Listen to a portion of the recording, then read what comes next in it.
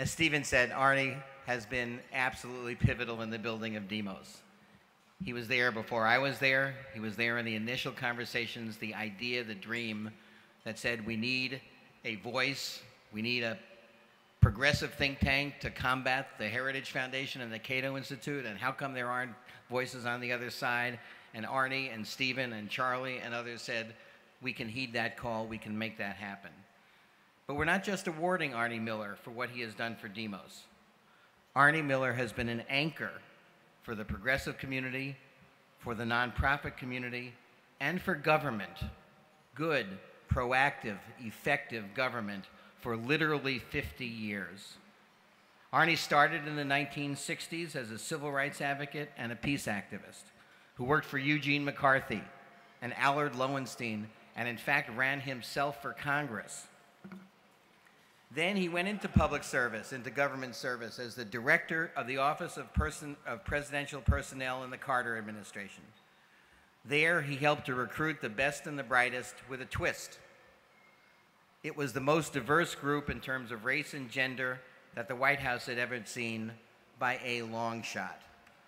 And for those of you who have the program, we have a letter from former President Jimmy Carter sent to Arnie yesterday, for which we are deeply grateful to President Carter.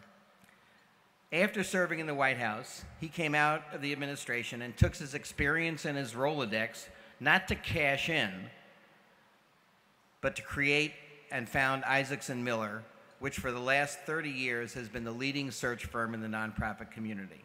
In that role, Arnie has found, cultivated, identified, and nurtured hundreds, really thousands, of people who are in leadership roles today. He knows everybody, he cares about everybody, he has helped everybody in ways that have really never been told. Arnie Miller is a true hero of our movement. So on behalf of Demos, on behalf of all of us who care about democracy and justice, it gives Stephen and me immense pleasure to say thank you and to present this special tribute to our friend, our leader, our mentor, Arnie Miller.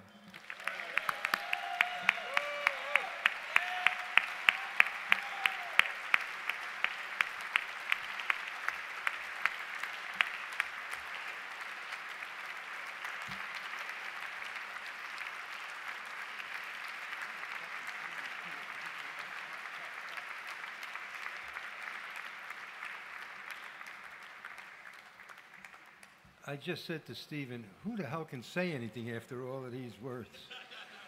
This is going to be hard. Thank you all. Don't believe half of what you heard. I want to give credit, as Amy Poehler did, frankly, in this prepared talk that I give.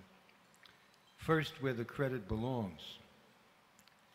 And I want to say that sometimes I say that my twin sister, Mary Ann, who's here with us, and I were born to two troublemakers. Our parents immigrated to this country in the 20s from Poland and Russia.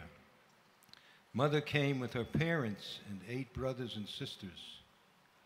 Our father and his sister came as orphans. He was 7.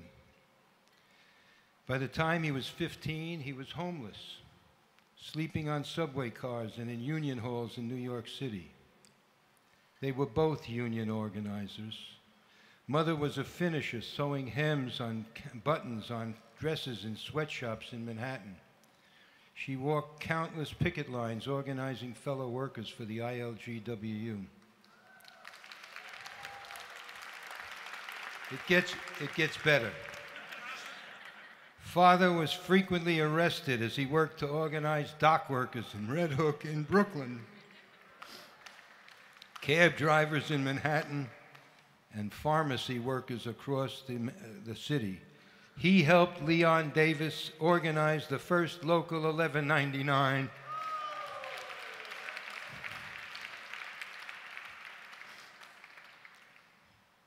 that is now, everybody knows, grown into a vital element of the SEIU. I became a member of 1199 in 1955 when I was 14 and a half years old. In his early 20s, our father joined the Abraham Lincoln Brigade and went to Spain. What are you doing, taking it? He's worried I'm going to say something that's not in the script. He went to Spain to support and defend the democratically elected government of the Republic of Spain against Franco and the fascists. From our earliest years, my sister and I were taught to never accept any form of injustice. Our parents taught us about the never-ending struggle for economic and social justice. We learned about the struggle of black people resisting the Ku Klux Klan and lynching, fighting against economic and social oppression, segregation, and the systematic denial of voting rights, while working for access to education and other opportunities to advance. We embraced that struggle, closely identified with it, and it became our own. In the late 40s and early 50s, during the McCarthy era, we experienced the hardship of people persecuted for their political beliefs. I often say that I became a civil libertarian at age 11. In the years that followed, like so many of us here in the room and around, I became involved in the range of movements in the 60s and 70s, promoting civil rights, social and economic justice, women's rights, the rights of new Americans, and peace. As Miles said, in the 70s, I was honored to serve with President Carter in the White House as the director of the Presidential Personnel Office. We recruited more women and people of color to senior level jobs in government than ever before in the history of the country.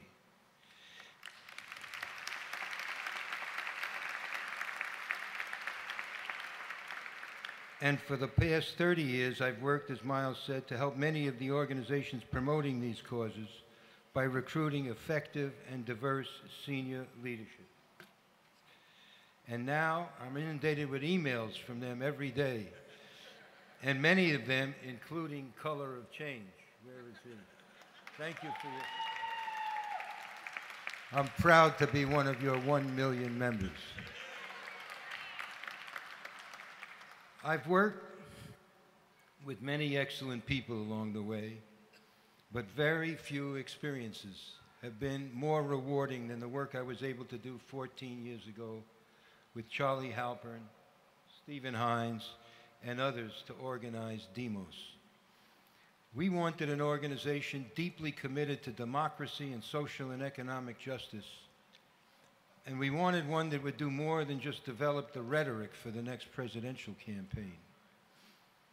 We wanted an organization to think more deeply and ahead of the current moment, to work closely with grassroots organizers, unions, advocacy groups, and others, to identify issues and develop solutions to problems that were important to our country and needed to be addressed.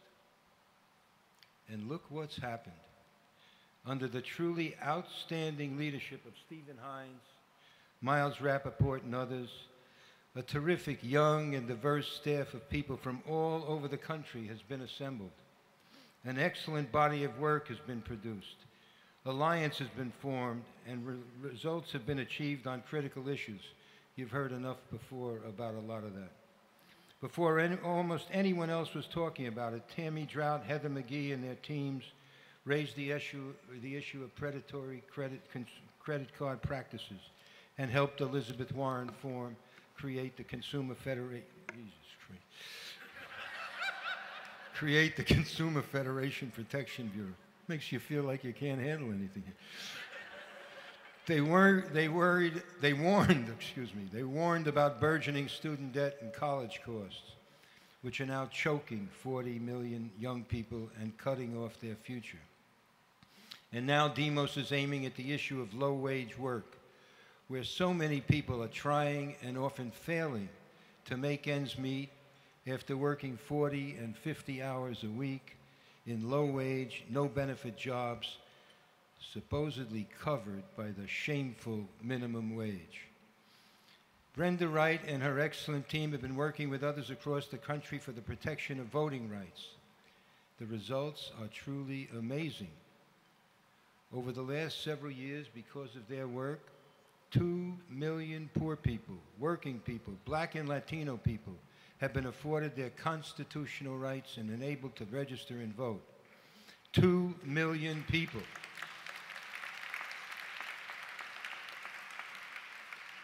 And as Miles recently said, 7 new states have adopted same-day voter registration, and there's more on the way.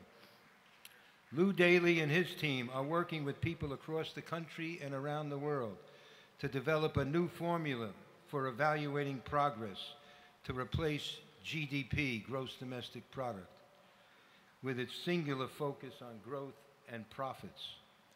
This new formula will include assessments of real well-being, including community environmental preservation. Yet so much more needs to be done. More than 100 million people in our country are living at or near the poverty level. Our criminal justice system is ensuring that every year hundreds of thousands of young men and women will fail in their efforts to turn their lives around. Women are paid 76 cents for every dollar paid to men for the same work. And these numbers are even worse for black and Latino women. And women are still threatened by those who have the audacity to deny their fundamental right to make their most personal health choices.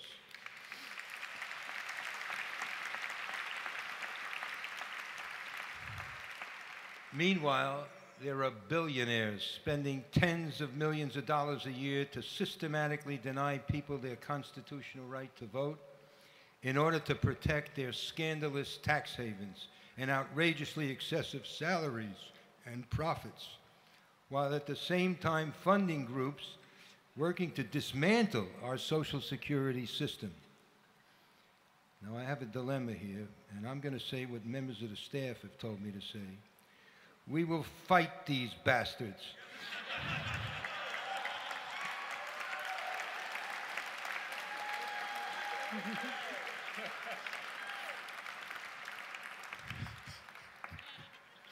Thank you, staff.